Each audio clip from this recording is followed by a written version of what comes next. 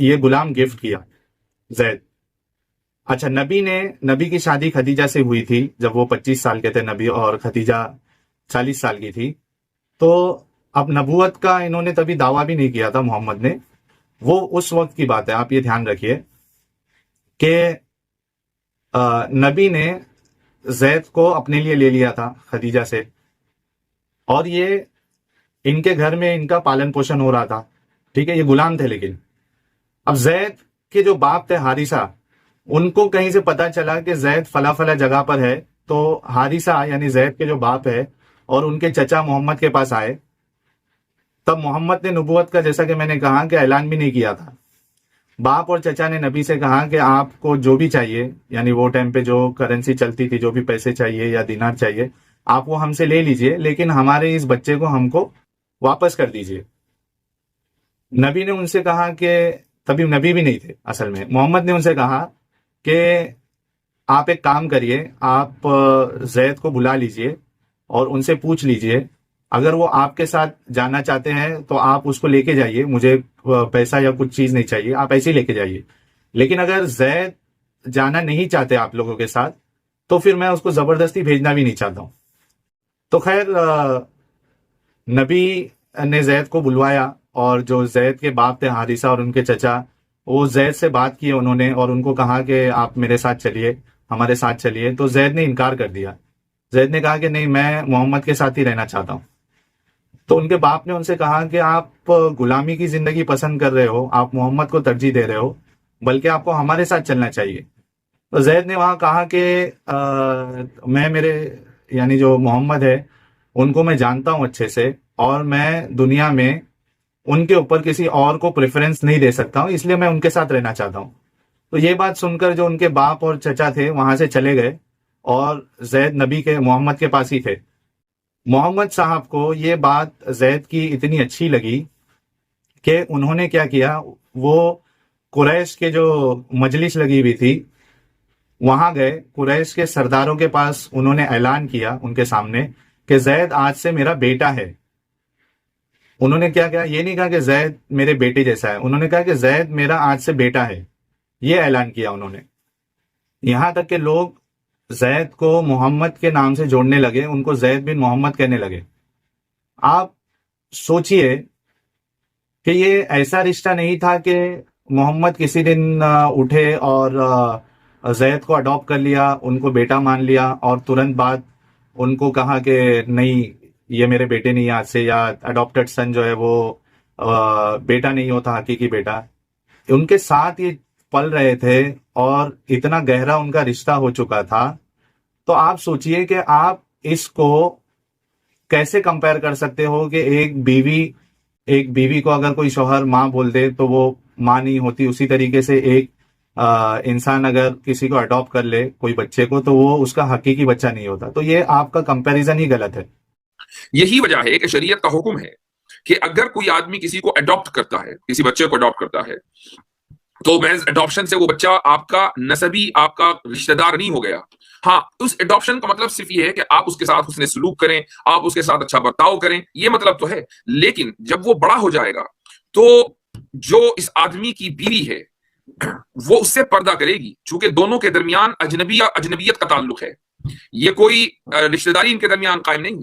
اسی طریقے سے اگر وہ جس کو اڈاپٹ کیا گیا ہے لڑکا نہیں بلکہ لڑکی ہے، تو جب وہ لڑکی بڑی ہو جائے گی تو باپ، جس کو باپ ہم کہہ رہے ہیں، وہ اس لڑکی سے پردہ کرے گا، اور وہ لڑکی اس باپ سے، جس کو باپ کہا جا رہا ہے، پردہ کرے گی. دونوں کے درمیان کوئی تعلق ہی نہیں ہے.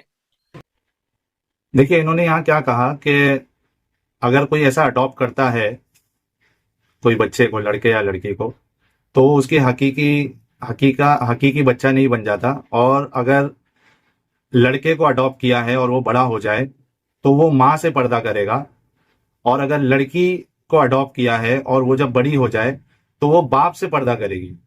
ان کا تعلق ہی نہیں ہے، اور وہ ایک دوسرے کے لیے نامحرم رہیں گے. تو میں ان سے یہ سوال کرنا چاہتا ہوں کہ پھر ایسا بھی ہو سکتا ہے کہ چونکہ ان کا کوئی رشتہ نہیں ہے تو یہ جو باپ ہے اگر کسی دن اٹھ کے بول دے کہ ٹھیک ہے میں آج سے اس کو اڈاپٹ نہیں کرتا ہوں اس لڑکی کو، تو کیا باپ وہ اس سے شادی بھی کر سکتا ہے پھر منہ بولی بیٹی سے؟ کیونکہ اس کا آپ کے حساب سے تو کوئی رشتہ ہی نہیں ہے. اسی طریقے سے ایک لڑکا اگر جوان ہو جائے اور آپ کہہ رہے ہو کہ اس کا رشتہ ہی نہیں ہے، وہ ماں کے ساتھ ماں اس سے پردہ کرے گی، تو پھر اگر وہ لڑکا بول دے کہ ٹھیک ہے ہمارا کوئی رشتہ ہی نہیں ہے تو میں پھر اس رشتے کو ختم کرتا ہوں، تو کیا اب وہ لڑکا جو ہے اس منہ بولی ماں سے پھر شادی بھی کر سکتا ہے؟ کیونکہ آپ کے حساب سے وہ ان میں کوئی رشتہ ہی نہیں ہے. یہ کس طریقے کی باتیں ہیں آپ لوگوں کی؟ آگے سنیے وہ کیا کہتے ہیں.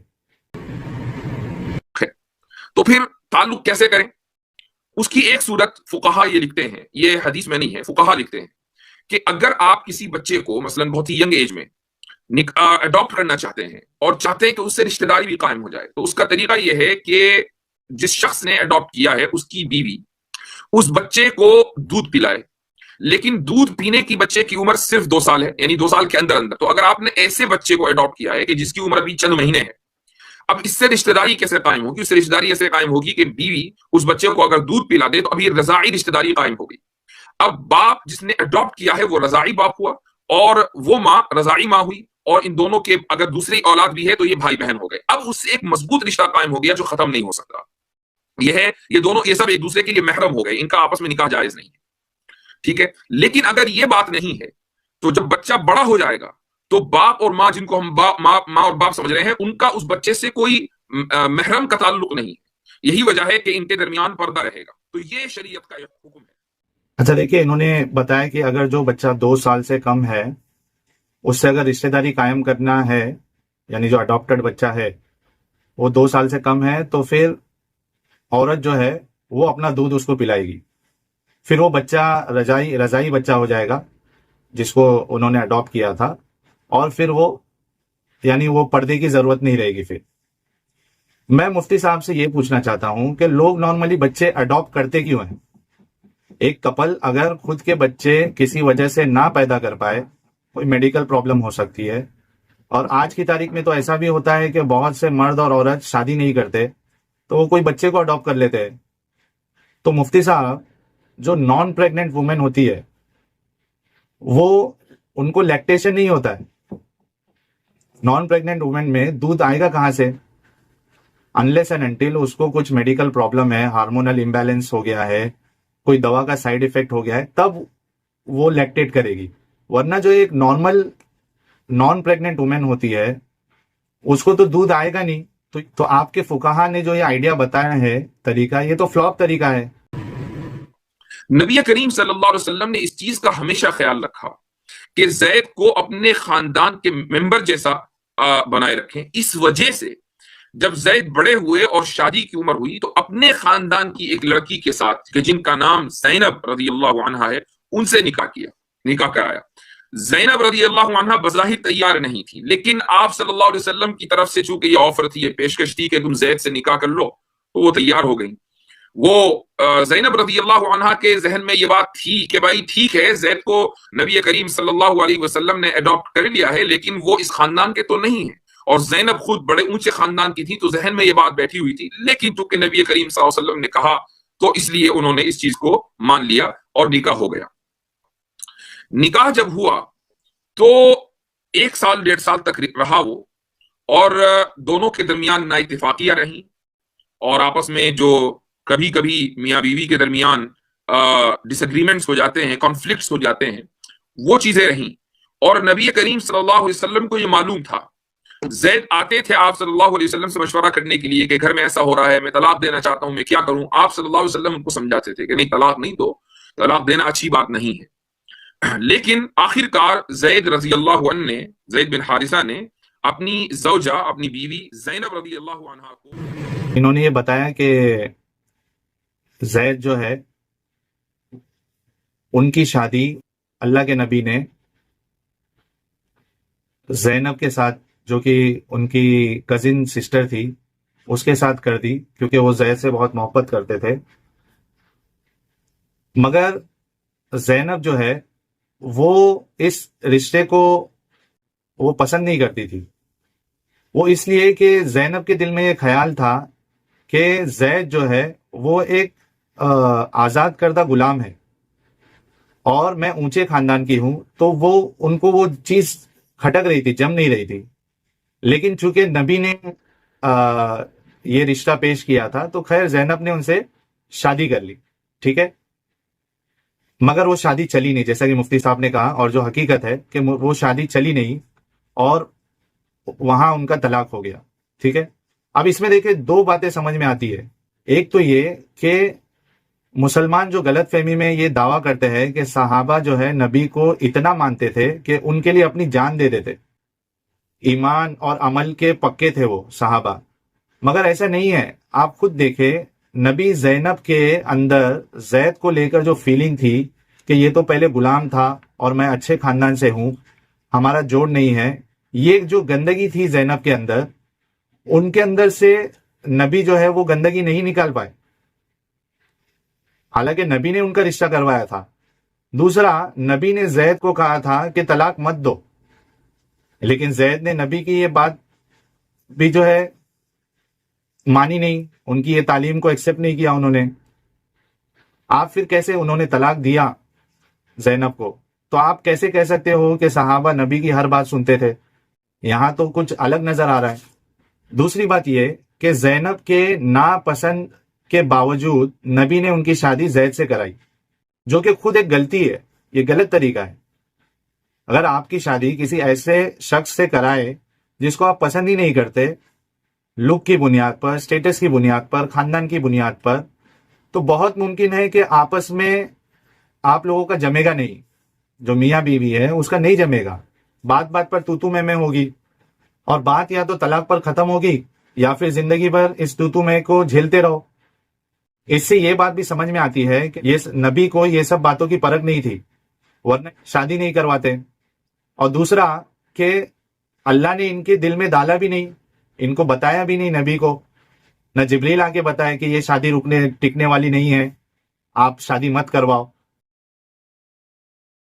نبی نے پیشن گوئیاں تو بہت ساری کی تھی، تو یہاں ان کو کیا یہ پیشن گوئی یہ چیز پتا نہیں تھی کہ یہ شادی ٹکے گی نہیں؟ ویسے بھی صلاح دینے میں نبی بڑے کچے تھے، کیونکہ اور ایک واقعہ ہے جہاں صحابی اپنی بیوی کی شکایت کرتے ہیں نبی سے، نبی بنا کوئی ہدایت دیے اس شادی کو جوڑنے کا طریقہ بتائے بغیر صحابی کو سیدھا ڈیورس کرنے کا راستہ بتاتے۔ یہ حدیث میں موجود ہے، میں اسکرین شاٹ لگا دوں گا۔ وہاں صحابی سامنے سے بولتے ارے میری بیوی ہے یہ، اور اس سے میرے بچے بھی ہے۔ آپ بتائیے کہ کون سا سمجھدار انسان کسی کو بھی سیدھا طلاق دینے کی ایڈوائز کرے گا؟ یہاں صاف پتہ چلتا ہے کہ نبی یہ معاملے میں کچے تھے، اور ایک سمجھدار انسان کبھی کسی کو یہ سیدھا ایڈوائز نہیں دے گا کہ آپ اپنی بیوی کو طلاق دے دیں۔ آگے سنیے مفتی صاحب کیا کہتے ہیں۔ اب جب زینب کو طلاق ہو گئی، ابھی وہ عدت میں ہیں، تو عدت میں نبی کریم صلی اللہ علیہ وسلم کے ذہن میں یہ خیال آیا کہ میری وجہ سے زینب نے یہ سیکریفائس کیا ہے کہ زید سے نکاح کیا، اور یہ نکاح چلا نہیں، 1 سال کے اندر ٹوٹ گیا۔ تو اگر ہو سکتا ہے کہ زینب کے یعنی ان کے جذبات کو بڑی ٹھیس پہنچی ہے، تو زینب کی دلجوئی کے لیے ان سے نکاح کر لینا چاہیے۔ یعنی ان کے دل میں خیال اس وقت آیا جبکہ زینب اب عدت میں ہے اور ان کا نکاح ٹوٹ گیا۔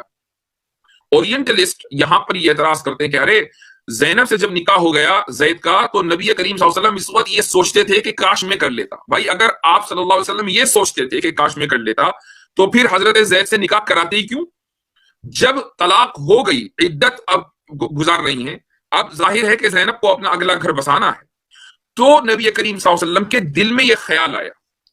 اللہ تعالیٰ تو دلوں کے خیال کو جانتا ہے، اللہ اس کو کہہ رہا ہے۔ اب آپ اس آیت کو اس پس منظر میں سنیے کہ جب محمد آپ کہہ رہے تھے اس شخص سے کہ جس پر آپ نے انعام کیا، یعنی آپ نے اس کو بیٹا بنا لیا اور اللہ نے بھی اس پر انعام کیا، امسک علیک زوجک، کہ اپنی بیوی کو رکھو، طلاق مت دو، اللہ سے ڈرو۔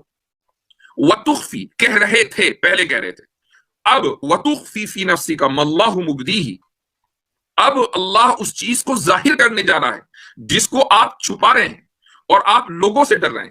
کیا چھپا رہے تھے؟ یہ خیال کہ میں شادی کر لوں، چونکہ جذبات کو بڑا ٹھیس پہنچا ہے زینب کے، لیکن آپ صلی اللہ علیہ وسلم کو پروپیگنڈے سے بھی خطرہ تھا کہ اب مشرکین اور سارے لوگ ہیں کافرین، یہ سب لوگ پروپیگنڈا کریں گے کہ دیکھو محمد صلی اللہ علیہ وسلم نے اپنے بیٹے کی بیوی سے مطلقہ سے نکاح کر لیا. تو آپ صلی اللہ علیہ وسلم اس پروپیگنڈے سے یعنی ان کے ذہن میں یہ خطرہ تھا کہ لوگ کیا کہیں گے، اور اس سے پھر دین کی جو دعوت ہے اس کو نقصان پہنچ سکتا ہے.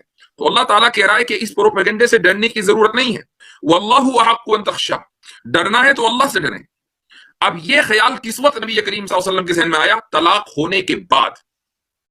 خیر اللہ تعالیٰ فرماتا ہے کہ فلما قضى زید منها وطرا، جب زید نے اپنی ضرورت پوری کر کے طلاق دے دی، زوجناکا، اب ہم آپ سے زینب کا نکاح کرتے ہیں. یہ نکاح رسول اللہ صلی اللہ علیہ وسلم نے نہیں کیا، بلکہ اللہ نے نبی کریم صلی اللہ علیہ وسلم کا نکاح زینب رضی اللہ عنہا سے کرایا. اب یہاں رک کر ایک بات سمجھنے کی ہے، وہ یہ کہ نبی کریم صلی اللہ علیہ وسلم کو پروپیگنڈے کا خطرہ ہوا زینب رضی اللہ عنہا سے نکاح کرتے وقت، لیکن حضرت عائشہ سے نکاح کرتے وقت پروپیگنڈے کا کوئی خطرہ نہیں ہوا. کیوں نہیں ہوا؟ وہ اس لیے نہیں ہوا کہ حضرت عائشہ سے اگرچہ ان کی کم عمری میں نکاح ہوا ہے، لیکن ایسا کم عمری کا نکاح اس معاشرے میں رائج تھا. یعنی عام طور سے لوگ اس عمر میں نکاح کیا کرتے تھے. جب یہ بات تھی تو کوئی بھی پروپیگنڈا نہیں کر سکتا. کوئی ایک چیز اگر کسی معاشرے میں رائج ہو، آپ وہ کام کریں تو اب آپ کو کوئی الزام نہیں دے گا. لیکن اگر آپ کوئی ایسا کام کریں کہ جو معاشرے میں رائج نہیں ہے، اگرچہ وہ صحیح کیوں نہ ہو، تو لوگ آپ کے اوپر اعتراض کریں گے. تو چونکہ اس زمانے میں، اس دور میں مشرکین میں، اور آج بھی جو ہندو ہیں اور ان کے یہاں مثلا جو اعتراض ہے ہندوؤں کی طرف سے بھی اٹھایا جاتا ہے کہ بھئی آپ لیپالک کی بیٹی سے کیسے نکاح کر لیا تھا. تو یہ معاشرہ اپنا اپنا معاشرہ ہے. آپ صلی اللہ علیہ وسلم نے اس معاشرے کے خلاف جا کر ایک کام کیا تو پروپیگنڈا ہوا. حضرت عائشہ سے نکاح کیا، کوئی پروپیگنڈا نہیں ہوا. اس کا مطلب یہ کہ آپ صلی اللہ علیہ وسلم معاشرے کے خلاف نہیں گئے، وہ چیز معاشرے میں رائج تھی. یہ دراصل حضرت زینب رضی اللہ عنہا سے نکاح کا بیک گراؤنڈ. اب دیکھیے انہوں نے یہاں کہا کہ نبی کے دل میں خیال آیا کہ زینب نے میرے وجہ سے سیکریفائس کیا ہے، اس کی شادی ٹوٹ گئی تو میں ہی زینب سے شادی کر لیتا ہوں. اچھا یہ خیال بھی ترنت نکاح ٹوٹنے کے بعد آ جا رہا ہے. تھوڑا موقع دیتے سنبھلنے کا زینب کو. اور نبی کو اتنا دکھ ہو رہا تھا زینب کی شادی ٹوٹنے پہ، تو کیا باقی ڈیورسی مرد کوئی موجود نہیں تھا تبھی؟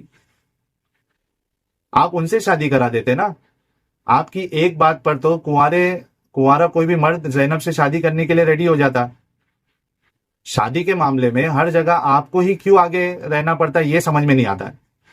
کیا آپ کے پاس کوئی بیوی نہیں تھی جو آپ ترنت ریڈی ہو گئے کہ میں شادی کر لیتا ہوں؟ کیا آپ اتنے پیسے والے تھے کہ دھڑا دھڑ آپ شادی کیے جا رہے تھے؟ حدیثوں میں آتا ہے کہ آپ لوگ نبی جو ہے وہ بھوکے رہتے تھے کئی کئی دنوں تک. آپ نے یہاں یہ بھی نہیں سوچا کہ یہ میری اڈاپٹڈ بچے کی بیوی ہے، سسر اور بہو کا رشتہ بن گیا ان دونوں کے بیچ میں. جب زید کی شادی ہوئی تھی آپ پھر بھی شادی کے لیے ریڈی ہو رہے. آپ کو یہ پتا بھی تھا کہ لوگوں کے نزدیک اس کو غلط سمجھا جاتا ہے، بلکہ آج بھی لوگ اس کو غلط ہی سمجھتے ہیں. ایک بہو جو ہے وہ بیٹی کی طرح ہوتی ہے. اچھا انہوں نے جو کہا کہ نبی کو زینب کے طلاق کے بعد یہ خیال آیا کہ وہ زینب سے شادی کریں گے، یہ غلط ہے. پتہ نہیں یہ مفتی صاحب ایک تو کہاں سے بولتے ہیں، کوئی ریفرنس دیتے نہیں ہے. اس آیت جس کو انہوں نے پڑھا ہے، یہ والی آیت، اس کی تفسیر میں علماء نے لکھا ہے، عالموں نے لکھا ہے کہ نبی کو اللہ نے پہلے ہی اطلاع دے دی تھی، پہلے ہی بتا دیا تھا کہ زینب سے تمہاری شادی ہو گئی. زینب کے طلاق سے پہلے ہی اللہ نے بتا دیا تھا. نبی کو یہ ڈر تھا کہ لوگ ان پر سوال اٹھائیں گے، اس لیے وہ چاہ رہے تھے کہ کسی طریقے سے طلاق نہ ہو، اور انہوں نے زید کو سمجھایا کہ طلاق مت دو. اب یہاں دو چیزیں ہیں. ایک تو یہ کہ اللہ کو کیا یہی کام باقی رہ گیا تھا کہ دوسرے کی شادی کو توڑوا کر نبی کی شادی کرانا ہے، یا یہ عرب کو چھوڑ کر اللہ کا اور کوئی جگہ دھیان تھا ہی نہیں کیا؟ دوسرا یہ کہ اللہ نے جو بتا دیا ایسا ہونے والا ہے، پھر بھی نبی اللہ کی بات سے بھاگ رہے، کوشش کر رہے ہیں کہ کسی طریقے سے زید جو ہے وہ اپنی بیوی کو طلاق نہیں دے. ان کو ڈر ہو رہا ہے کہ ان کے دشمن اور ان کے لوگ انگلیاں اٹھائیں گے. اللہ پہ بھروسہ نہیں تھا کیا نبی کو کہ وہ بھاگ رہے تھے کہ زید جو ہے وہ کسی طریقے سے طلاق نہیں دے؟ اچھا انہوں نے ایک بات کہی کہ اورینٹلسٹ یہ الزام لگاتے ہیں کہ محمد کو زینب سے خود شادی کرنی تھی، اس لیے انہوں نے طلاق کروایا. اس پر مفتی صاحب نے جواب دیا کہ اگر ایسا ہوتا تو نبی زید سے شادی زینب کی کرواتے نہیں، پہلے ہی کر لیتے. میں کہتا ہوں کہ بہت سی بار ایک مرد کو ایک عورت پہلے اٹریکٹیو نہیں لگتی ہے مگر بعد میں اٹریکٹیو لگنے لگتی ہے. ہو سکتا ہے کہ اس نے اپنا کپڑا پہننے کا انداز چینج کر لیا ہے، اس کے بات کرنے کا انداز بدل گیا ہے، اس نے اپنی پرسنالٹی انہینس کر لیا ہے. بہت ساری وجہ ہو سکتی ہے. یہی حال عورت کا بھی ہوتا ہے کہ پہلے کوئی ایک مرد اچھا نہیں لگتا پر بعد میں وہی مرد اس کو اچھا لگنے لگتا ہے. نبی کا یہ پہلو ہمیں تاریخ کی کتابوں میں سے سمجھ میں آتا ہے. دیکھیے تاریخ طبری ایک تاریخ کی کتاب ہے، اس کے والیوم 2 حصہ اول اور باب نمبر 9 میں یہ قصہ ایک الگ انداز میں ملتا ہے. پہلے ہم نے ایک انداز دیکھا تھا کہ وہاں جھگڑا ہو گیا تھا اور زینب کو وہ پسند نہیں آ رہا تھا کہ یہ میرے خاندان سے نہیں ہے یا یہ غلام تھے پہلے. وہ ایک الگ اس کا سیناریو تھا. تاریخ طبری میں ایک الگ سیناریو ملتا ہے اس کا. آپ دیکھیں تاریخ طبری میں لکھا گیا ہے، محمد ایک دن زید کی تلاش میں ان کے گھر آئے. ٹھیک ہے، زید تبھی موجود نہیں تھے ان کے گھر پہ. زینب تبھی کم لباس پہنے ہوئی تھی اور وہ ویسے ہی محمد کے سامنے آ گئی. نبی نے زینب کو دیکھ کر اپنا منہ پھیر لیا اور زینب نے نبی سے کہا کہ زید اس وقت ہے نہیں، گھر میں وہ موجود نہیں ہے. میرے باپ آپ پر قربان، آپ گھر میں تشریف لائیے. اب رسول گھر میں آنے سے منع کر دیے زینب کو. اچھا، یہاں جاتے جاتے نبی نے ایک بات کہی کہ پاک ہے اللہ وزرو، پاک ہے اللہ دلوں کا پھیرنے والا. زید جب اپنے گھر واپس آئے، یعنی جب تھے نہیں، نبی آئے تبھی نہیں تھے، جب واپس آئے تو زینب نے بتایا کہ نبی آئے تھے. تو زید نے پوچھا کہ تم نے انہیں اندر کیوں نہیں بلایا؟ زینب نے کہا کہ میں نے بلایا تھا پر نبی آئے نہیں. زید نے پوچھا کہ کیا تم نے ان کو یعنی نبی کو کچھ کہتے ہوئے سنا؟ زینب نے کہا کہ نبی جب گئے تھے تبھی وہ بول رہے تھے کہ پاک ہے اللہ بزرگ، پاک ہے اللہ دلوں کو پھیرنے والا. یہ کہا تھا. یہ سن کر زید رسول کے پاس گئے اور کہا کہ مجھے معلوم پڑا کہ آپ آئے تھے میرے غریب خانے پر، آپ گھر پر کیوں نہیں آئے؟ زید کہتے ہیں کہ شاید آپ کو زینب کی صورت بھلی معلوم ہوئی. زید نبی سے کہہ رہے کہ میں اسے طلاق دے دیتا ہوں. رسول پھر کہتے ہیں ان سے کہ اپنی بیوی کو اپنے نکاح میں رکھو، پر اس کے بعد سے زید اپنی بیوی پر قادر نہ ہو سکے، یعنی وہ مطمئن نہ ہو سکے. اور وہ خود رسول سے یہ بات کہہ جاتے مگر رسول ان سے یہی کہتے کہ آپ اپنی بیوی کو اپنے پاس رکھو، یعنی طلاق مت دو. آخرکار زید نے اپنی بیوی کو طلاق دے دیا اور دوسری شادی کا سوچنے لگے. اس میں آگے لکھا ہے کہ ایک دن رسول عائشہ سے بات کر رہے تھے اور آپ پر گشی طاری ہوئی، اور جب ہوش آیا تو آپ مسکرا رہے تھے، یعنی نبی مسکرا رہے تھے اور فرما رہے تھے کوئی ہے جو زینب کو بشارت دے کہ اللہ نے ان کی شادی میرے ساتھ کر دی ہے. اور رسول نے یہ آیت تلاوت کی، وہی جو مفتی صاحب نے پڑھی تھی وہی آیت رسول نے تلاوت کی عائشہ کے سامنے. عائشہ کہتی ہے کہ آپ کے اس ارشاد سے میرے دل میں دور نزدیک کے خیالات آنے لگے، کیونکہ زینب جو ہے وہ خوبصورت تھی اور عائشہ کو یہ چیز معلوم تھی. اور دوسرا چیز عائشہ کو یہ ڈر تھا کہ زینب جو ہے وہ چونکہ ان کی شادی اللہ نے خود کرائی ہے تو زینب اس پہ فخر کرے گی باقی بیویوں کے سامنے. تو یہ ڈر بھی تھا عائشہ کو دو چیز کا، کہ ایک تو وہ خوبصورت اور دوسرا کہ اس کے اندر یہ چیز آ جائے گی کہ اللہ نے اس کی شادی کرائی ہے اور وہ فخر محسوس کرے گی. اب آپ خود سوچئے کہ آپ نبی کی ایسی حرکت کے دفاع میں کیسے آ سکتے ہیں کہ جو بہو ہے وہ پورے کپڑوں میں نہیں ہے، انہوں نے دیکھ لیا اور زید جیسا کہ زید نے کہا کہ مجھے لگتا ہے کہ یہ آپ کو پسند آ گئی ہے تو میں اس کو طلاق دے دیتا ہوں، اور اس کے بعد انہوں نے طلاق بھی دے دی. اور عائشہ کے سامنے نبی یہ کہہ رہے ہیں کہ اللہ نے میرے اوپر آیت اتاری آسمان سے کہ میری شادی اللہ نے زینب کے ساتھ کر دی ہے. آپ خود سوچو یار کہ آپ ایسے نبی کا دفاع کر رہے ہو. جو مسلمان سپیکر ہے وہ اس پہ یہ اعتراض کرتے ہیں کہ یہ تاریخی واقعہ ہے، اس میں اس کی آتھینٹسٹی نہیں ہے، یہ ثابت نہیں ہے. لیکن میں کہنا چاہوں گا کہ تاریخ طبری جو ہے، اس کے جو آتھر ہے محمد ابن جریر الطبری، جنہوں نے اس واقعے کو لکھا ہے، نقل کیا ہے، مسلمانوں کے نزدیک ان کی بڑی اہمیت ہے۔ انہوں نے اتنا سنگین الزام دیکھ کر اس کا رد تو نہیں کیا۔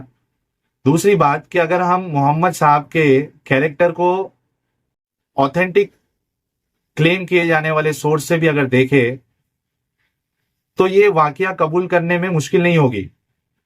ایک تو اسی سورہ 33 کی آیت نمبر 51 اگر آپ پڑھو گے تو قرآن میں اللہ نبی سے فرما رہا ہے کہ اب آپ جو ہے جتنی بیویاں ان کی تھی اس ٹائم پہ، ان کو چھوڑ کر کسی اور سے ان کے بدلے آپ شادی نہیں کر سکتے۔ اب دیکھیے خود اللہ یہاں نبی کے اوپر لگام لگا رہے ہیں کہ اب بس ہو گیا یار، اب آپ شادی مت کریے۔ اگرچہ کسی کی بیوٹی آپ کو بھا جائے، آپ اس کے قائل ہو جائے، لیکن آپ اب شادی مت کریے۔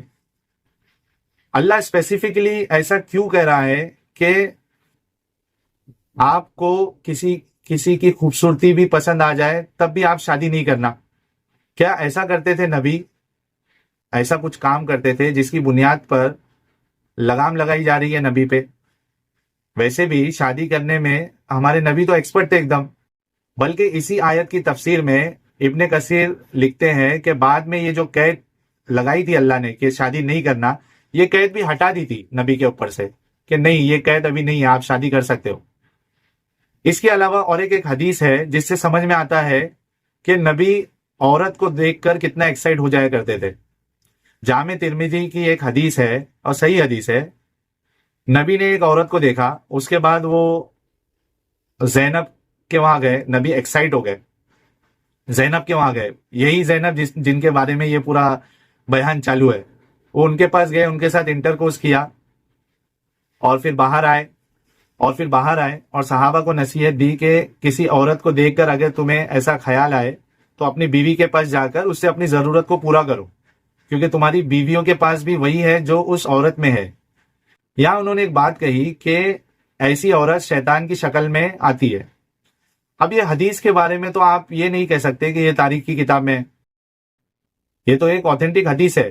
اب دیکھیے اسلام میں کسی عورت پر غلطی سے اگر ایک نظر پڑ گئی تو وہ جو پہلی نظر ہے وہ صرف آپ پر معاف ہے، آپ اس کو جی بھر کے دیکھ نہیں سکتے ہو، آپ دل کو تسلی نہیں کر سکتے کہ میں دیکھتا رہوں گا، یہ اسلام میں منع ہے۔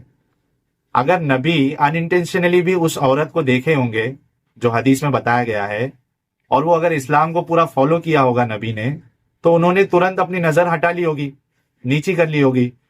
آپ بتائیے جو انسان کو ایک نظر کسی عورت کو دیکھ کر وہ اتنا ایکسائٹڈ ہو جا رہا ہے سیکس کو لے کر کہ انہیں اپنی بیوی کے پاس جا کر اپنی ضرورت کو پوری کرنی پڑ رہی ہے، آپ سوچو کس لیول کی سوچ ہوگی نبی کی۔ اب ادھر میں نے یہ حدیث پوسٹ کی تھی، اس پہ کوئی ایک صاحب جو ہے وہ اس کا ڈیفینڈ کرنے لگے کہ یہ ہیومن انسٹنکٹ ہے، کہ اس میں کیا پرابلم ہے، یعنی مرد جو ہے ہو سکتا ہے کہ کسی کو دیکھ کے اس کو خیال آ جائے۔ میں یہ کہنا چاہتا ہوں کہ ایک انسان کسی کو ان انٹینشنلی دیکھ کر اتنا ایکسائٹڈ کیسے ہو سکتا ہے، آپ مجھے بتائیے، آپ کس طریقے سے اس چیز کا دفاع کر سکتے ہیں؟ ارے بھائی، ایک اولڈ بالاجی کی جو سویتا بھابھی ہوتی ہے اس کو بھی دیکھ کر آدمی اتنا ایکسائٹ نہیں ہوتا ہے کہ وہ اس کو جا کے اپنی ضرورت جو ہے کسی کے ساتھ پوری کرنی پڑے۔ حالانکہ آپ اس میں سمجھیے کہ وہ جو عورت جس کو نبی نے دیکھا تھا وہ پردے میں رہی ہوگی نا، زیادہ سے زیادہ ان کا منہ کھلا ہوگا، اور ان کی ایک صرف نظر پڑی اور وہ اتنی ایکسائٹ ہو گئے کہ سیدھا زینب کے پاس گئے، دھڑا دھڑ جا کے اپنا کام فنش کیا۔ تو کس طریقے سے آپ ایسی سب چیزوں کا دفاع کر سکتے ہیں، مجھے یہ سمجھ میں نہیں آتا۔ تو بات یہاں یہی سمجھ میں آتی ہے کہ محمد صاحب نے اپنی خواہش پوری کرنے کے لیے اللہ کی نام کی اینٹیٹی کو بنایا اور ان کا سہارا لیتے ہوئے خود ہی آیت کو اتار لیتے تھے۔ اور ایسا لگے بھی کیوں نہیں یار، ایسا صرف ہمیں ہی تھوڑی نہ لگتا ہے، بعض موقع پر عائشہ جو ان کی چہیتی بیوی ہے ان کو بھی ایسی لگتا تھا۔ اب دیکھیے بخاری مسلم ابن ماجہ میں یہ حدیث ہے، بخاری میں ہے، مسلم میں ہے، ابن ماجہ میں یہ حدیث ہے کہ عائشہ وہاں فرماتی ہے کہ جو عورتیں اپنے نفس کو رسول کے لیے خود سے پیش کرنے آتی ہے مجھے ان پر بڑی غیرت آتی ہے۔ عائشہ کہتی ہے کہ کیا عورت خود ہی اپنے آپ کو کسی مرد کے لیے پیش کر سکتی ہے؟ اس پر اللہ کے نبی جو ہے ان پہ آسمان سے ایک آیت نازل ہو گئی، اسی چیپٹر کی سورہ احزاب کی آیت نمبر 51۔ یعنی کہیں بھی کوئی نبی کی ڈیزائر والا کام ہوتا کہ کوئی عورت، آیت ہے کہ کوئی بھی عورت اگر اپنے آپ کو پیش کرنا چاہتی ہے نبی کے لیے تو وہ پیش کر سکتی ہے۔ جہاں بھی نبی کو یہ عورتوں والا معاملہ ہوتا تو وہاں فٹک سے اللہ جو ہے وہ آسمان سے آیت اتار دیتا۔ اسی طریقے سے ادھر بھی عائشہ کے سامنے بھی اللہ نے نبی کے اوپر آیت اتار دی۔ اب ادھر دیکھو انٹرسٹنگ بات یہ ہے کہ عائشہ کے دل میں بھی یہ خیال آتا تھا۔ عائشہ فرماتی ہے کہ میں سمجھتی ہوں کہ آپ کا رب آپ کی مرادیں، آپ کی خواہشیں بنا کسی ڈیلے کیے پوری کر دینا چاہتا ہے۔ تو یہ جو لوگ سمجھ رہے ہیں محمد کے بارے میں، وہ صرف لوگ یا ہم نہیں سمجھ رہے بلکہ ان کی بیوی بھی ایسا سمجھتی تھی۔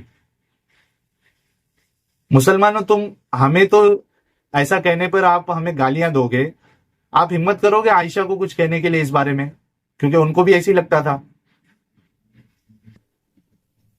دیکھیے بہت بار نا سچ کڑوا ہوتا ہے، اور مجھے معلوم ہے کہ بہت سی بار سچ کو اپنانا یہ مشکل ہوتا ہے، لیکن اگر آپ کے اندر ایمانداری ہے تو ایک نہ ایک دن آپ سچ کو ضرور قبول کرو گے۔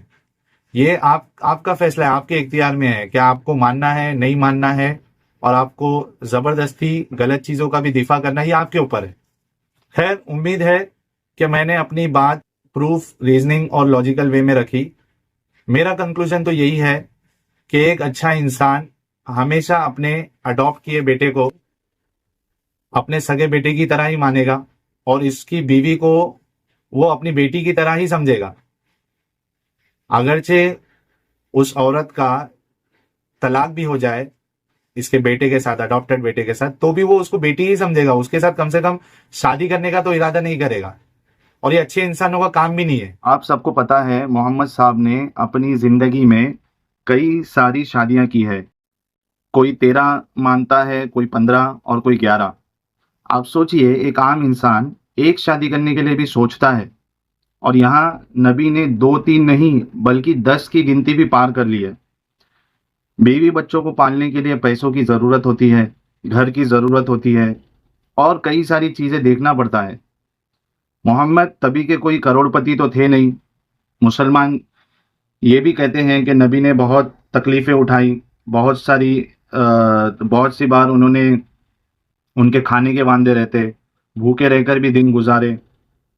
میں کہتا ہوں کہ ضرورت کیا تھی اتنی شادیاں کرنے کی؟ خود بھی بھوکے رہو اور گھر والوں کو بھی بھوکا رکھو۔ اور ایک بات دیکھیے آپ لوگ، اسلام نے عام مسلمانوں کو صرف 4 شادیوں کی اجازت دی ہے، اور نبی نے اپنے آپ کو ایکسیپشن میں رکھا اس سے، اور 4 سے زیادہ شادیاں کی۔ اس پر اعتراض ہوتے گئے، اور مسلمان اس کا بنا کوئی لاجیکل ریزننگ کے اس چیز کو ڈیفینڈ کرنے کی کوشش کرتے ہیں۔ ٹھیک اسی طریقے سے ہمارے پیارے اور انٹیلیجنٹ سمجھے جانے والے مفتی یاسین ندیم الواجدی صاحب نے بھی کوشش کی ہے۔ ان کی ریزننگ کو ایک ایک کر کے دیکھتے ہیں، اور اس کے بعد میں اپنی بات رکھتا ہوں۔ گفتگو کا موضوع یہ ہے کہ نبی کریم صلی اللہ علیہ وسلم نے 4 سے زیادہ نکاح کیے ہیں، 11 نکاح کیے ہیں، اور عام مسلمانوں کو 4 کی اجازت ہے۔ تو ایسا کیوں ہے؟ یعنی اگر 4 کی اجازت عام لوگوں کو ہے تو نبی کریم صلی اللہ علیہ وسلم کو بھی 4 کی ہی اجازت اور 4 ہی نکاح کرنے چاہیے تھے، جیسا کہ سب کو یہ اجازت ہے۔ تو اس کا جواب یہ ہے کہ نبی کریم صلی اللہ علیہ وسلم کو بہت سارے احکام ایسے ہیں کہ جو آپ صلی اللہ علیہ وسلم کے ساتھ خاص ہیں، اور وہ احکام ایسے ہیں کہ آپ ان کو دیکھ کر یہ نہیں محسوس کریں گے کہ یہ آپ کا پریویلیج ہے۔ مثال کے طور پر تہجد کی نماز ہے۔ تہجد کی نماز انسان فجر کے وقت سے پہلے، یعنی رات کے بالکل آخری پہر میں اٹھ کر پڑھتا ہے۔ کتنے لوگ ہیں جو پابندی سے پڑھتے ہیں؟ اچھا، وہ پڑھتے بھی ہیں تو سب کو پتا ہے کوئی ضروری تو ہے نہیں، ضروری تو فجر کی نماز ہے، کسی دن مس ہو گئی تو مس ہو گئی۔ لیکن آپ صلی اللہ علیہ وسلم کے لیے وہ نماز نفل نہیں تھی بلکہ فرض تھی. اب کوئی یہ کہہ سکتا ہے کہ بھائی آپ صلی اللہ علیہ وسلم پر وہ نماز فرض کیوں تھی؟ اس لیے کہ یہ آپ کو کچھ احکام، یعنی نبی کریم علیہ الصلوۃ والسلام کے لیے کچھ احکام ایسے تھے جن میں آپ کو ایکسیپشنل اسٹیٹس حاصل تھا. وہ ایکسیپشنل اسٹیٹس یہاں بھی حاصل ہے کہ تہجد کی نماز فرض ہے، عام لوگ پوری امت کے لیے نفل یعنی آپشنل ہے، اور نبی کریم صلی اللہ علیہ وسلم کے لیے فرض ہے یعنی کمپلسری ہے.